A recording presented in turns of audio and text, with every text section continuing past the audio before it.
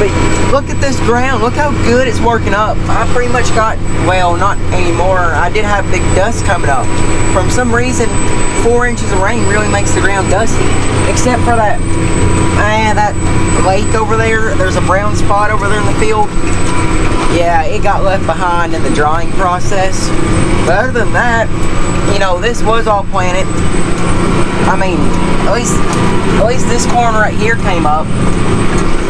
Good thing that's about 1/4 of an acre. The rest of it got drowned out. And unfortunately, everything got drowned out was the heavy seed. So, yeah, that's unfortunate. We had it planted for probably about a couple days. And then, well, you guys remember it. Sorry, I'm getting stuck in the process. We had tornado winds and a storm come through one night, and that storm consisted of about 4 inches of rain within like less than a night. So pretty much a steady, solid, heavy rain for a long time. There's decap on this hill. This whole hill we've had planted since, and it's grown great because it didn't get flooded out. But everything down here in this bottom part of the field, it's done. It was done. From Central City, Kentucky, the home of True Vine Farms, the one and only Farmer King.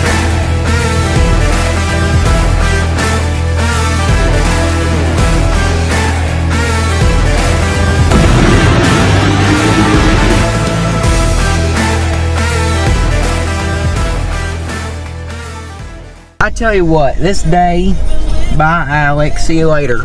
She's driving the tractor for me. She's in training. She's old enough now that she needs to start learning a few things as far as operating equipment to sort of help a little bit, you know, if she chooses to or takes interest in it. We don't know yet though.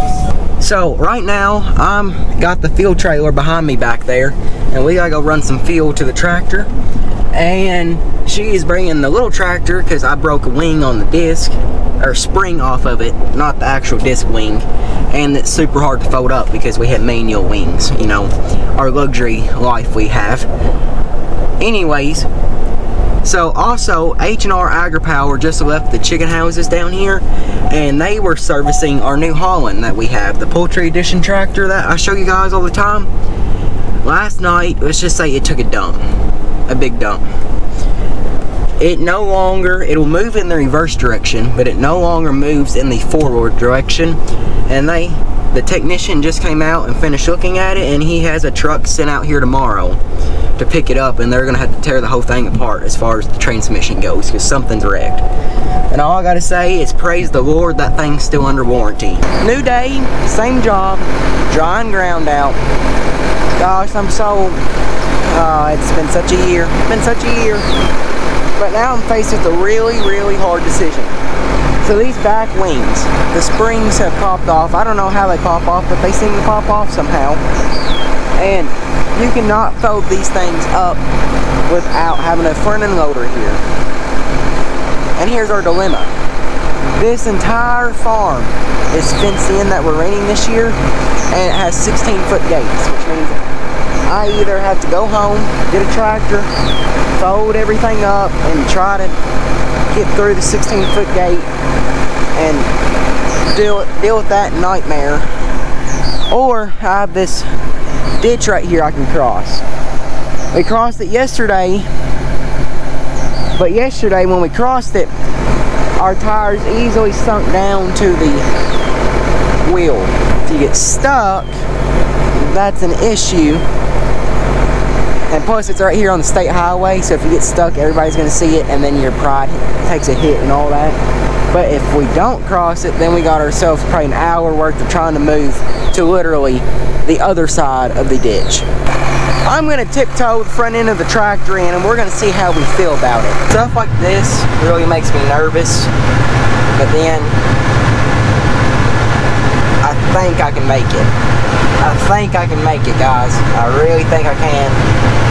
It's just that what if theory. That theory sometimes comes to reality really fast.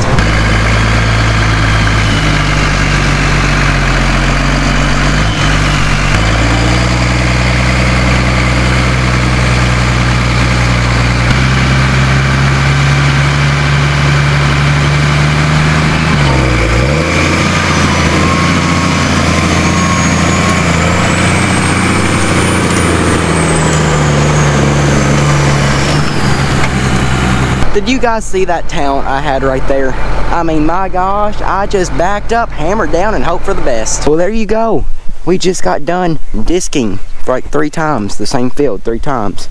And look, I know it's dark, so you guys probably, but the seed bed went from being straight mud to this, and I'm pretty pleased with how it looks, considering I don't want to go over it any more times. I'm sick of disking the same field over and over. We're gonna go planting today. We figured we just, wait till the last day to get everything done.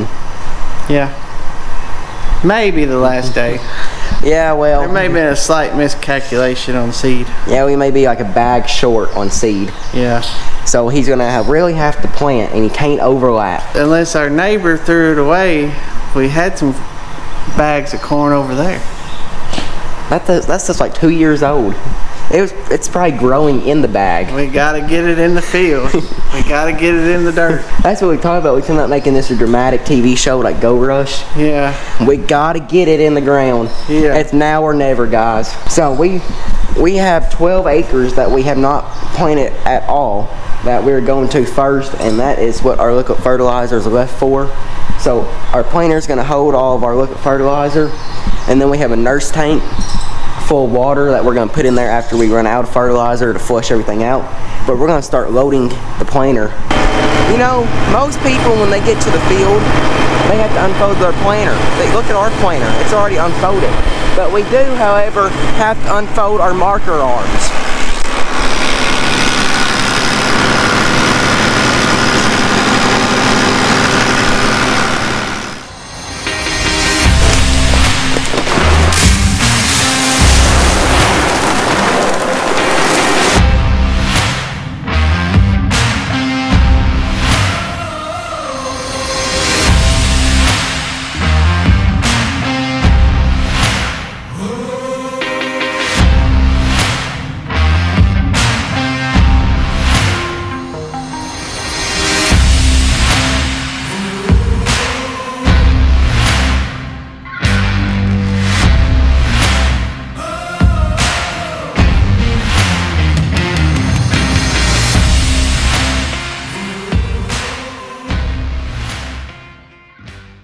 Finding any seed?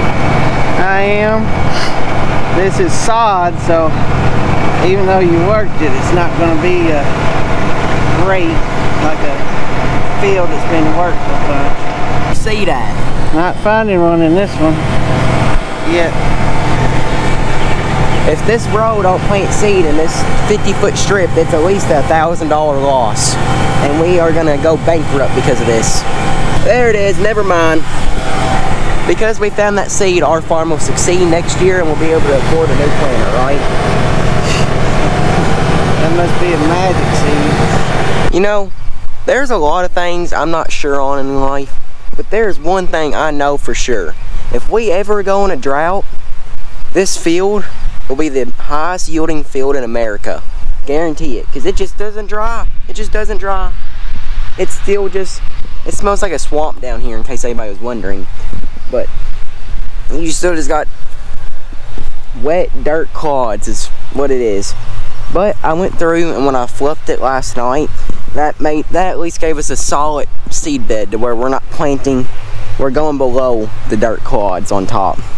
But still, there's so much moisture in this field that it could be a drought for the rest of the summer and we never run out of moisture here. Our test plot begins with our healthy seed. 6 bags of it drowned it out, which left us 2 bags left. We got the 2 bags split between the 6 rows, and we are gonna, well, I'm not doing anything. He's gonna hammer down, and we got like a 7-acre triangle field here that he's gonna try to plant most of it. Well, it's gonna take all the seed, and we may have to throw some decab in there, but we'll mark it in our monitor so we know where the hefty is and where the decab starts, and then we'll come back and we'll see how it yields. Thank the Lord, our tillage tractor has returned home. Thank you guys for watching this video. Hope they enjoy it. Remember, faith, family, farm. See you in the next one.